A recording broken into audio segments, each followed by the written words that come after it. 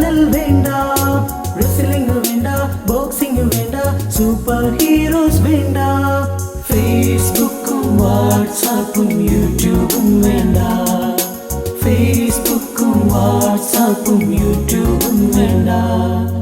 നോട്ടം യേശുവിലാകട്ടെ, ശ്രവണം യേശുവിലാകട്ടെ, ചിന്തകൾ യേശുവിലാകട്ടെ, വാക്കുകൾ യേശുവിലാകട്ടെ. നോട്ടം യേശുവിലാകട്ടെ, ശ്രവണം യേശുവിലാകട്ടെ, ചിന്തകൾ യേശുവിലാകട്ടെ, വാക്കുകൾ യേശുവിലാകട്ടെ.